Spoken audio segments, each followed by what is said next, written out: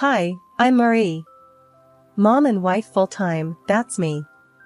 Paul, that's my husband, works the trading gig, and let's just say he's married to his job just as much as he is to me. Used to scribble down thoughts on books, reading between and beyond the lines, but these days I'm more about reading bedtime stories to our boy, Jack. Life threw some curveballs early on, lost my parents when I still needed them. That was rough. Then along came Paul, with a family in tow. His folks were the real deal, good people, you know. Took me in, no questions. Made me feel like I finally belonged somewhere again. Been with Paul for years now, since those college days when love seemed to be enough to fill any void. We settled into a rhythm, he at work and me taking care of everything else. But man, did that rhythm skip and stumble when Jack came into the picture. Paul changed, or maybe this was always him, just waiting for a reason to surface. He'd come home on a Friday night with a few too many drinks in him, loose-lipped and surly. "You gotta start shedding that weight, Marie," he'd snipe after slipping off his tie. "You barely fit in those jeans anymore."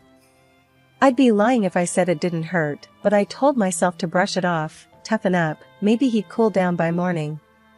But mornings just brought hangovers and silence until the next round.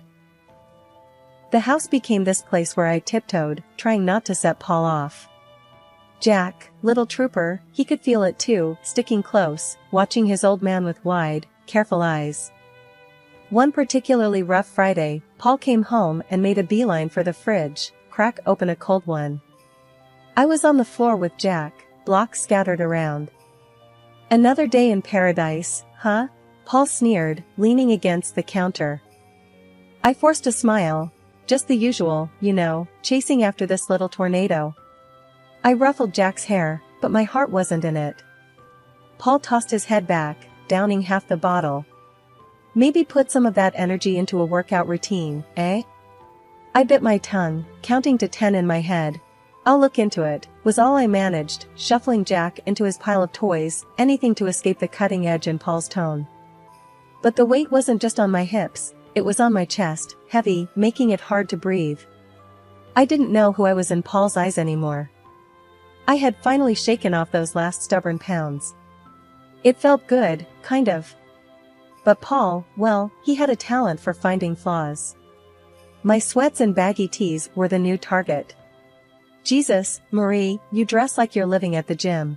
When was the last time you dressed up? Remember how you used to look?" There he was, leaning on the doorframe with that look that said everything his words didn't. I glanced down at my stretched-out mom life tee and yoga pants. "This is just practical, Paul. You want me all dolled up to do laundry and wrangle our son?" One corner of his mouth curled up like he had just made a successful trade. "I dunno, how about looking good for your husband? That used to matter." I sighed, rolling my eyes. "Well, unless my husband starts taking meetings at the playground or the grocery store, I think I'll stick with practical." He shook his head, chuckling without humor. "You used to care, Marie." His voice trailed off as he wandered back toward the living room, his disapproval hanging in the air like a bad smell. Then there was Jack, our boy, trying to navigate the shaky terrain between us. I was teaching him please and thank you, thinking manners mattered. Paul caught a bit of our lesson one afternoon and scoffed. "Look at you, teaching him to be Mr. Manners. You want him to get trampled on?" "Manners are important, Paul. It's about respect," I said, trying to keep my voice even. "Respect is earned, not politeness the least," he shot back. "He needs to toughen up, not be some yes, please pushover." Then the whole freeloader thing started. One night, Paul came home, tie askew, looking like he had won and lost the same fight. "Nice day?" he asked, sarcasm heavy as he glanced around what I'd come to see as our minefield of a home. I put down Jack's toy and braced for what was coming. "Just the same, dealing with tantrums and spills. How was work?" Paul's laugh was short and sharp. "Work? Oh, it was just dandy, supporting a parasite." My cheeks burned. "Excuse me?" My voice was a little too loud. Jack's eyes flitted from me to Paul, sensing the shift. A parasite, Marie. I work, you play house, he said, each word pointed and heavy. That's the thanks I get? I am raising our child, Paul. Your child.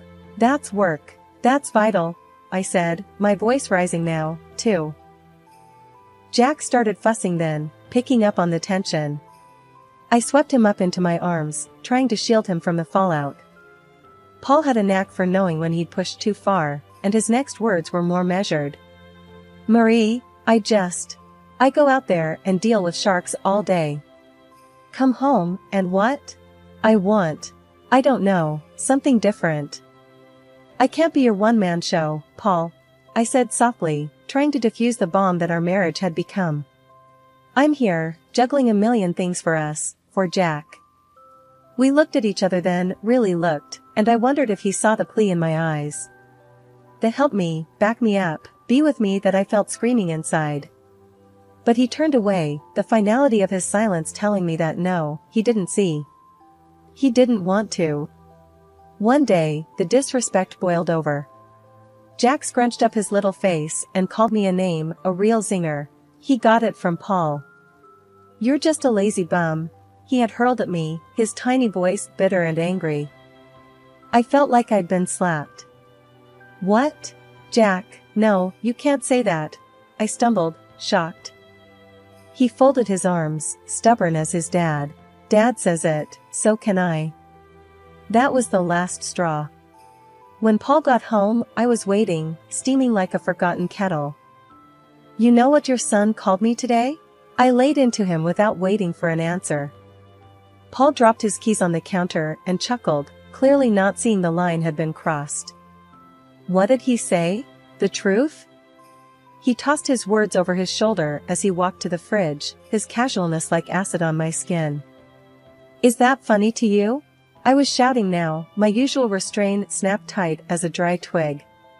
Your son is calling me names. Paul leaned against the kitchen counter, beer in hand, a smirk blooming on his face. Oh, come on, Marie. Kid's gotta learn to stand his ground. I was staring at him, hands balled into fists. By disrespecting his mother? He shrugged, a lazy lift of his shoulders that sent me teetering on the edge. You're too soft on him. Look, he's getting some spine. Spine? My voice shot up another octave. He's learning to be just like you. Paul grinned and ruffled Jack's hair. Ain't that right, champ? I turned to Jack, who was looking at us with eyes that were too old for his face. Jack, listen to me. What you said to me this morning was wrong. You can't talk to people like that. Jack's chin jutted out, defiant and stubborn. But Dad. I don't care what Dad says, you listen to your mom. I cut him off, my heart thudding like a drum. I was desperate for him not to follow in Paul's footsteps. But Paul wasn't letting it go. The boy's gotta learn to speak up. World's not gonna hand him anything. You keep coddling him, he'll end up. I get it, all right? I get it. I cut him off, feeling the weight of his words like a physical thing on my chest. But there's a line. You don't get it, do you? Paul threw up his hands, that ugly smirk still there. Whatever, Marie. You make mountains out of molehills. I turned from him, that burning in my chest now a churning mess. This is not how I want our son to grow up. This disrespect ends now, it ends here. Paul just took a swig of his beer, and I knew, right then, my words were just bouncing off him. I looked at Jack, really looked at him. You apologize to me, now, I said, the power in my voice surprising even me. Jack's eyes darted between me and Paul, but he knew that tone. Sorry, Mom. The word was small, almost lost in the kitchen, but it was there and it was a start. I moved closer to Jack, knelt down so I was eye level with him. Thank you. We treat each other with respect in this house, you got it? Paul snorted behind me, but I ignored him. Jack nodded, a hint of my boy peeking through that new sullen shadow he wore. It was a crack in the wall Paul was building around him, a crack, but also a starting point. I stood up, squared my shoulders. We're going to fix this, Jack. No more name calling, no more disrespect. We're better than that.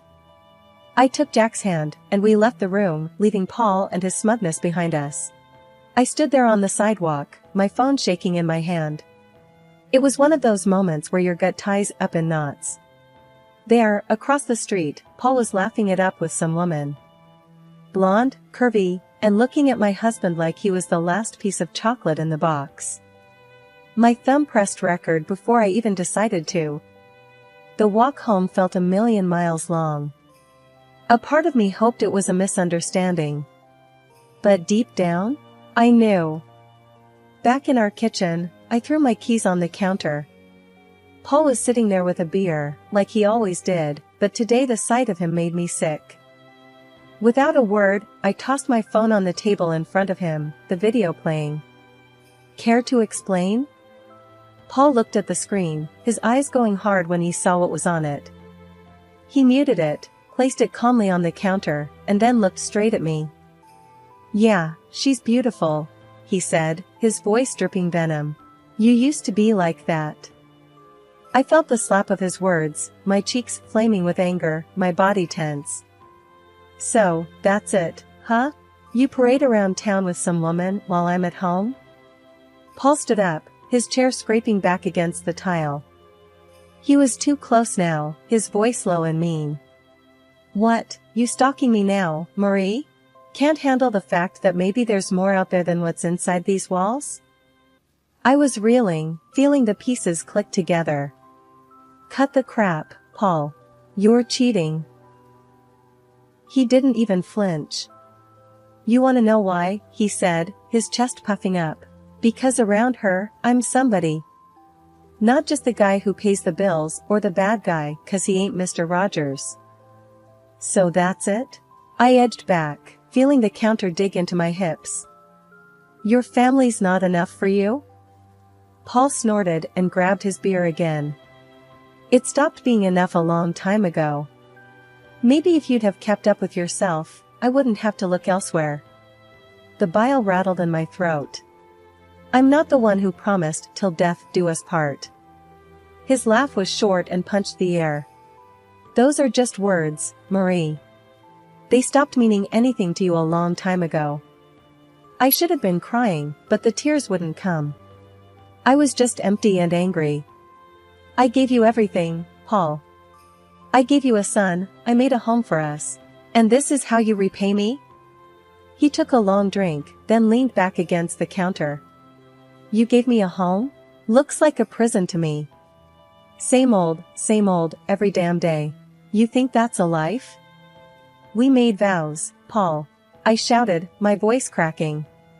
Yeah, and you broke them every day with your sweatpants and constant nagging.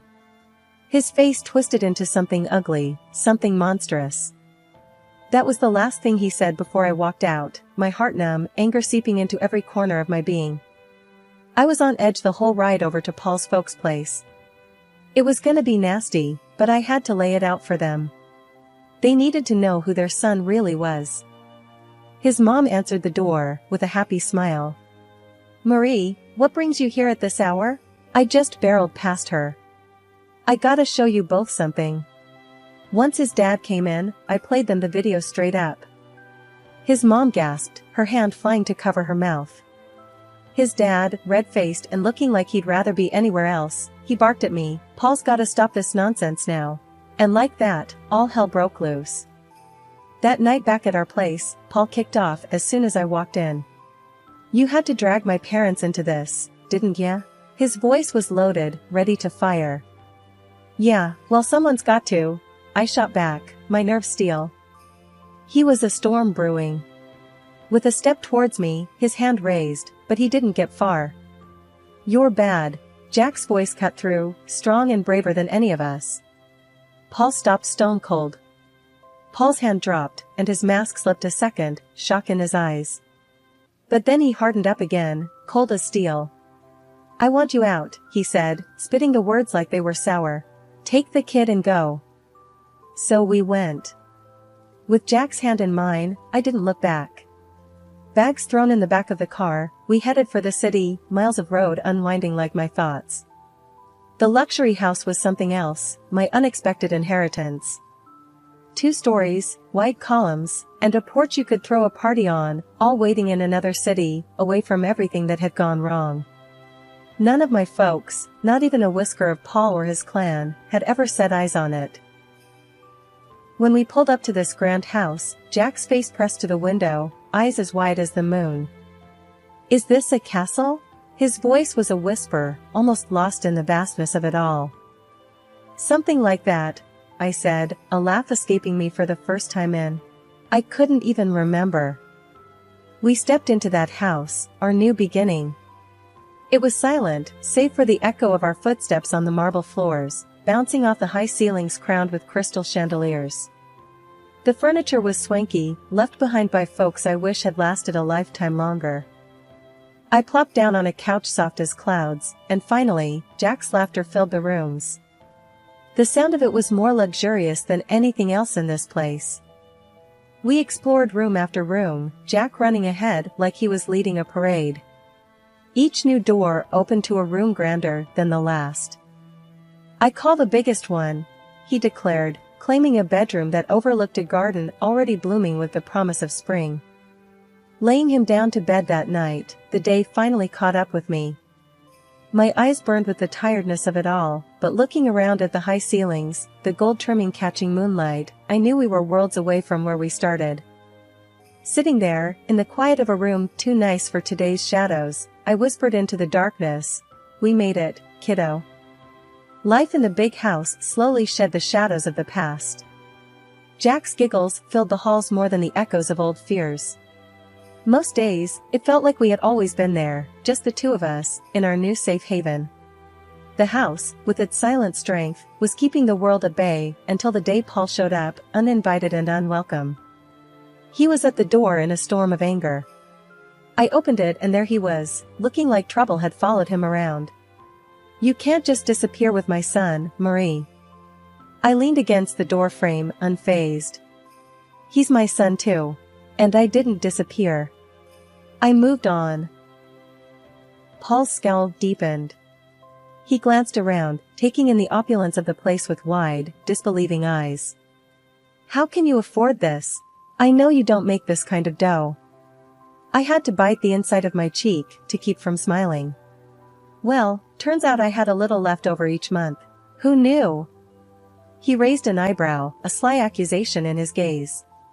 "And I'm struggling to cover rent for that old place by myself. It's damn near impossible now that they jacked up the price." I shook my head. He always was good at playing the martyr. "That's not my problem anymore, Paul. I've been using my own savings to cover the gap in the rent for years. Savings that, thank God, I don't need to bleed dry for that house anymore." The greed in his eyes flared up like wildfire. "What, and you're living here in luxury while I—" "Stop right there," I cut in. "This isn't your concern. This," I motioned to the grand house behind me, "is mine. Mine and Jack's." Paul took a step forward, but I didn't back down. "Look, I came here to fix things. I'm saying I forgive you for all this, sneaking around." His audacity almost knocked the wind out of me, but I had a little surprise that would put the brakes on his charade. From behind the door, I pulled out the divorce papers and slapped them into his chest. "And here's what I'm saying. We're done." He looked as if I'd slapped him with a physical hand, his face twisting through confusion, rage, and then settling on calculating desperation. "You can't do this. What about Jack?" I stood taller, my resolve like iron. "I'm doing it for Jack. He doesn't need this chaos you bring. Sign the papers, Paul. It's over." He glanced from the papers to me, then back again, his posture deflating slightly. "You'll regret this. You can't make it alone. That's where you're wrong." I smiled, not from humor but from a deep-seated confidence. "I'm already making it. And without you, we're doing more than just fine. We're thriving." With a shake of his head, Paul looked like he wanted to say more, but he didn't. Instead, he turned on his heel and strode away, clutching the papers like they were a snake that could bite. Once he was gone, the house seemed to exhale with me. I closed the door gently, turning back to the life I had fought so hard for. Life had a way of tossing stuff at you, hard and fast. It was Thursday, the kind of day that should have been easy, but it wasn't. We shirked dinner for a bit, setting up ramps out of old books and watching the Lego car stupidly do flips and land upside down. Jack's laugh was infectious, the sort that wiped clean the worry lines off my face. His enthusiasm was a reminder that amid all the crap, there was still good, simple, unadulterated good. Then it came, a banging on the door that made my stomach drop and my face lose all its motherly warmth. Paul had a knack for bad timing and worse entrances. I pulled the door open and there he was, looking like he'd just come from a bar fight or lost a bet. "Paul, what's up?" He scowled, that usual look he gets when he thinks the world owes him. "So, this the high life? You playing house with my Jack while I'm scraping pennies just to get by?" Jack peeked from behind me, a knight in Lego armor. "Hey, screw off, Paul. Don't talk to my mom like that." Paul's face turned a nice shade of tomato. "The hell? You let him talk like that?" I stood there, hands on hips. "He's expressing himself. Something I should have done with you a long time ago." Jack came out from behind me, all fierce. "Yeah, get lost. My mom, my rules." Paul's anger was something else, a storm that had nowhere to go. "You think you're smart, huh? Talking to your old man like that?" Jack squared his shoulders, a small David to Paul's Goliath. "Don't gotta think. I know it. Mom knows it." Paul opened his mouth, but nothing came out. There was Jack, staring him down, waiting. This was no place for Paul anymore, no place for his bluster and noise. After a tense moment, Paul shook his head, muttered something under his breath and stormed off the porch. Jack turned to me with this look, the kind of look that said, "We got this." I nodded, all the agreement he needed. We went back to boiling pasta and racing Lego cars. That's how we do it, simple, nothing fancy. We just keep on. I was gabbing on the phone with Miss Dottie, Paul's mom, who was more my family than is now. "Honey, you just holler if there's anything you need, 'kay?" Her voice was always a warm blanket over the line. "We're all good, Miss Dottie. Really, couldn't be better," I assured her, twisting the cord around my finger. She hummed a pleased note. "Just makes my heart full to hear that. Keep on keeping on, you hear?" Frank, her husband, yelled from somewhere behind her. "Tell her that any time she wants to send over some of that lemon meringue, we won't complain." A genuine laugh burst out of me. "Expect a pie on your doorstep soon, Frank." Exchanging a few more pleasantries, we hung up. I shook my head. If someone had told me last year I'd be mining gold from the wreckage of my married life, I would have laughed in their face. Jack pulled on my sleeve, waving his drawing like a five-star general. "Look, Mom. This is our house." I looked down. His scribbles had heart. A big square house and two stick figures, a little one and a tall one, with sloppy grins and a lopsided sun shining down. The swing I'd put up for him stood out in green and brown strokes. "That's us, right?" A dumb question, really, but it made him nod with pride. "And I'm gonna sell my art, make us rich." There was serious conviction behind his toothy smile. "If you do, you're buying me that fancy coffee I've been eyeing?" I nudged him with a wink. He nodded, his expression all business. "Only the best for my mom." And just like that, the knot in my chest loosened a bit more. Sundays were like that, full of little miracles. The thing was, life had done a real number on us, but it was looking up. Paul got slammed by the door he let hit him on his way out. The fancy house he rented to impress his mistress? Turned out to be a couple of sizes too big for his wallet. Now he was cooped up in a tiny apartment, the kind of place his pride wouldn't have let him consider a year ago. And the mistress?